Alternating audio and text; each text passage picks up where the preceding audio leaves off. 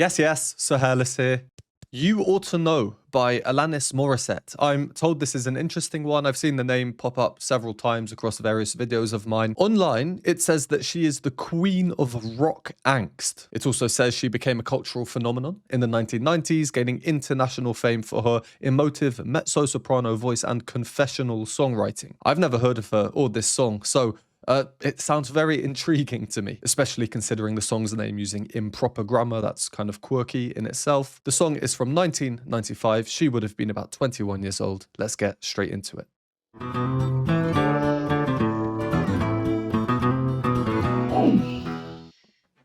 I want you to know that I'm happy for you.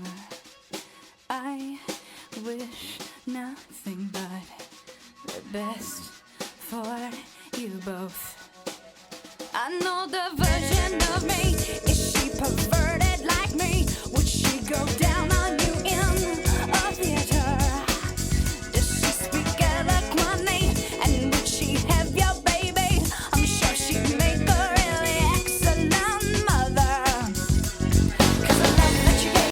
Oh, what's that? Sorry, I was just going to very, very briefly pause and turn on the subtitles just to make sure I'm understanding everything she's saying. It does have subtitles, good. It looks like the music was changing a little bit there. I was also just very briefly going to give my very initial thoughts. And initial thoughts are just that, initial. I've only ever heard, 30 seconds of her? Obviously, the song could change. It sounds like it will, so we'll get back to that in just a second. What we've heard so far, though, it's a very peculiar way of singing. It's just so different to what, one, I expected, but two, what you typically hear. A very theatrical way of singing.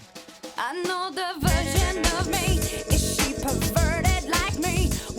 Almost comical in a way. No, maybe comical isn't the right word, but not so serious. It's like it shouldn't be taken so seriously, despite the rather unapologetic lyrics. Maybe I'm getting the wrong end of the stick. The first two lines. I want you to know that I want you to know that I'm happy for you. I wish nothing but the best for you both. I initially thought, ooh, that's nice. But after a few more lines, I now interpret that as sarcasm. Like there's this underlying angst just kind of niggling away at her or her conscience. And this is complemented by the bass line.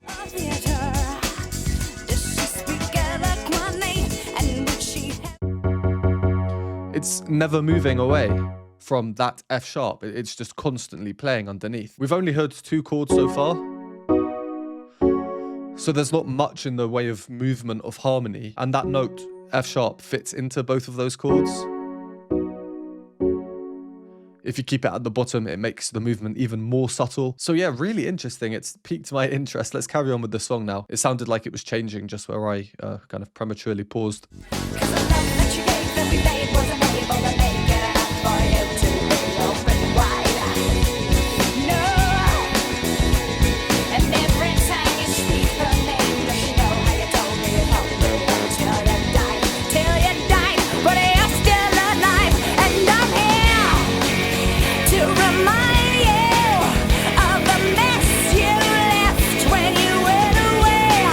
It's not fair to deny me of the cross I bear that you did to me. You ought to know. You seem very well. Things look peaceful. I'm not quite as well. I thought you should know. Did you forget about me, Mr. Duplicity? I hate to bug you in the middle of dinner. There was a slap in the face, how quickly I was replaced. And are you thinking of me when you fuck her? Okay, these are some raw lyrics, very to the point, very, very direct. And I guess that's a huge selling point of this song. Being so direct with words, I think anyway, can often be associated with anger, right? When we become angry, we can so easily lose emotional control and just say things that maybe we wouldn't otherwise say. We don't sugarcoat things, it's just to the point. And the video plays a part as well. It's just this contrast of black and white, good and evil, maybe. She says, I'm not quite as well. As we see her changing from black into white. And then even how she's packed up the black, what is that, suitcase bag, the clothes aren't properly in. It's very, I don't know, it's very good at making her seem a little bit perhaps unstable up here, a little bit deranged, or maybe that's all part of her ploy. It's really interesting. I don't really know what to think. Everything down to her pronunciation, which plays a massive part as well. Like how she says you. I hate to bug you in the middle. Yo, yo. It's almost Bowie-esque. And then on that vowel sound, you, which is like a yo, she said it in duplicity as well. Me, Mr. Duplicity. Not so extreme, but there was another case where she said you. We've got a bit of the old Cranberries zombie in there.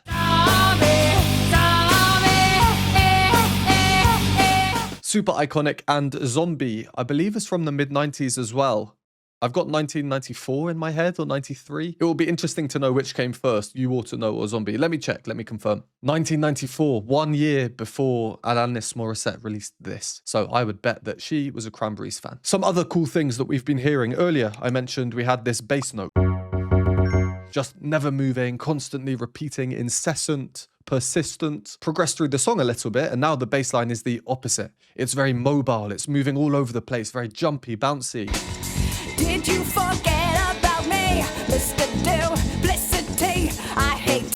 And the rhythms in and of themselves are very sporadic. They seem disjointed. There seems to be no consistency. There's no sort of cushion. Sorry, I'm doing an awful analogy here. Talking about the song making us feel relaxed. It's keeping us on our toes. If your bass line is so disjointed like that, it's not really comforting, is it? And then you combine that with the really smooth guitar broken chord that I'll touch on in a moment. And then you have her voice as well, which we will all interpret differently. And then we've got quite a chilled kind of drum underneath. Going back to that repeated F sharp and what I said earlier, it's never moving away from that F sharp. It's just constantly playing underneath. We've only heard 2 chords so far. So there's not much in the way of movement of harmony. Because we didn't see much movement in the chords in the verse, we're hearing a lot of this F sharp minor chord. And minor chords are sadder sounding, often used for grief or sadness or maybe even anger. Why am I saying this? Well, let's listen to the chorus. And how does the chorus start?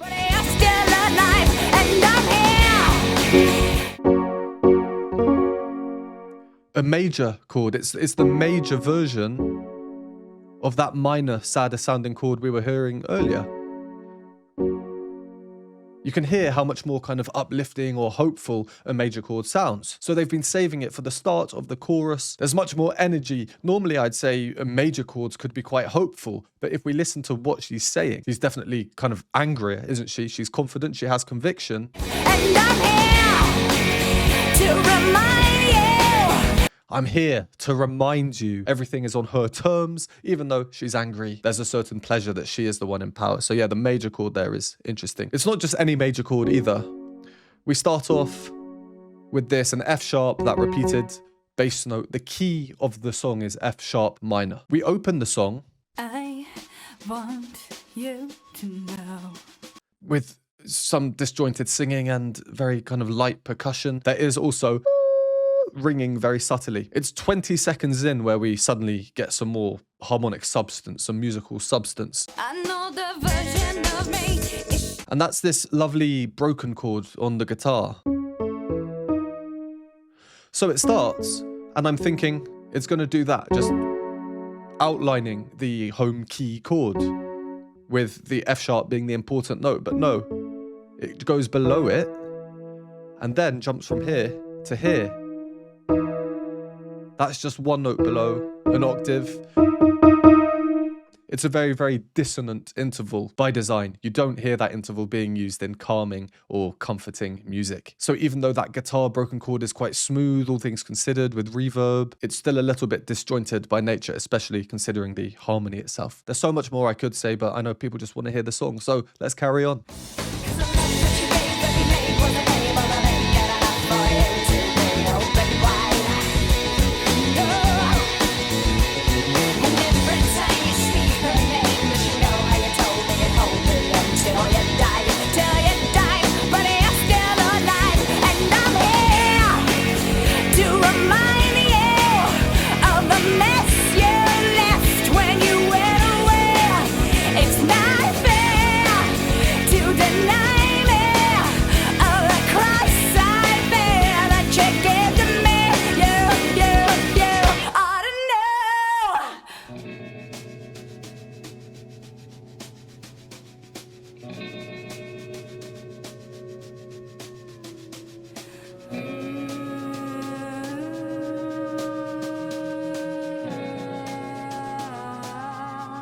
Oh, that's eerie, isn't it?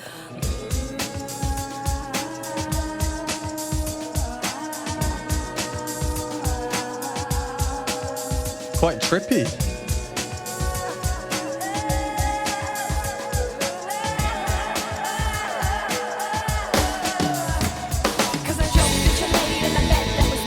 Well, that section, so unexpected considering everything else we've been hearing in the song. Well, a lot of what I've been speaking about that I find really interesting with the song before was the uncomfortableness of it. Things are disjointed. The harmony overall is quite static. It occasionally moves. Things are unexpected. I haven't really found much comfort in the music. I'm not talking emotionally. Maybe for some of you, you listen to this song and you find emotional comfort in it. But I'm talking about the music, how that kind of makes us feel at a core level. So to suddenly have this section coming in off the back of these broken U's.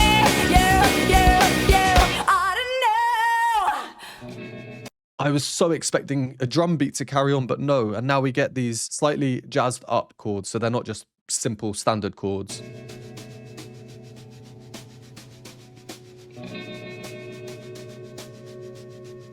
Everything's removed. It's just that light percussion still going very, very consistent.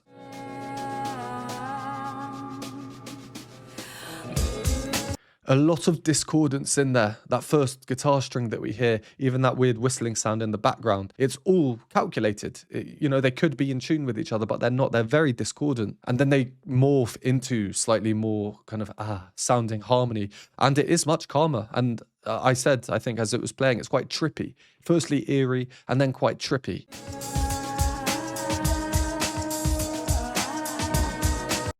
You know, almost otherworldly here, where your sense of time and everything just completely obliterated. Yeah, I don't know what to make of it. Just really was not expecting it. And as such, because the music here naturally is a bit calmer, there's less going on, things are a bit more smooth, we're even more inclined to focus on the video.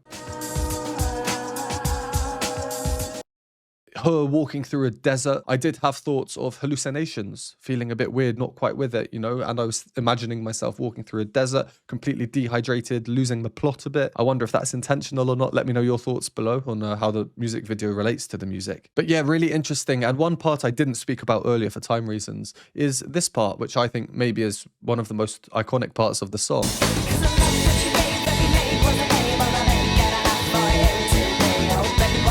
I don't really care if someone likes this or doesn't like it. When I first heard that, I didn't think, oh, I like this, but it is so catchy. And after hearing it just a few times, as we've heard it, I like it now. But you know, there's something about those rhythms and the way she sings it. I'm really struggling to think of adjectives. I'm going to use cool in this case. I think it's quite cool.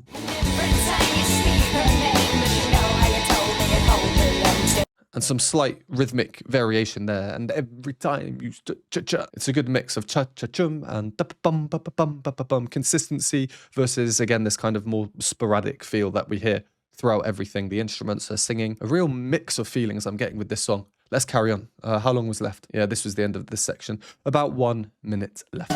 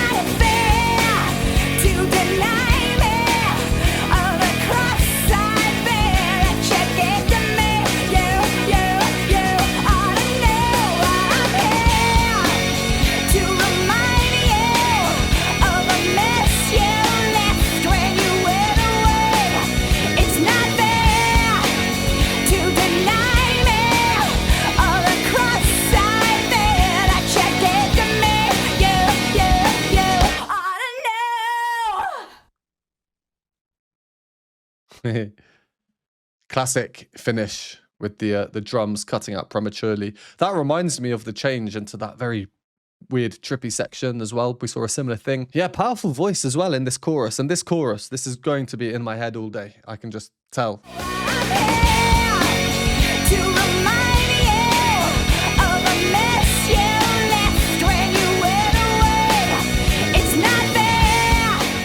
And this time round at the top, we just have another niggling note. The F sharp. Up the octave though, not moving.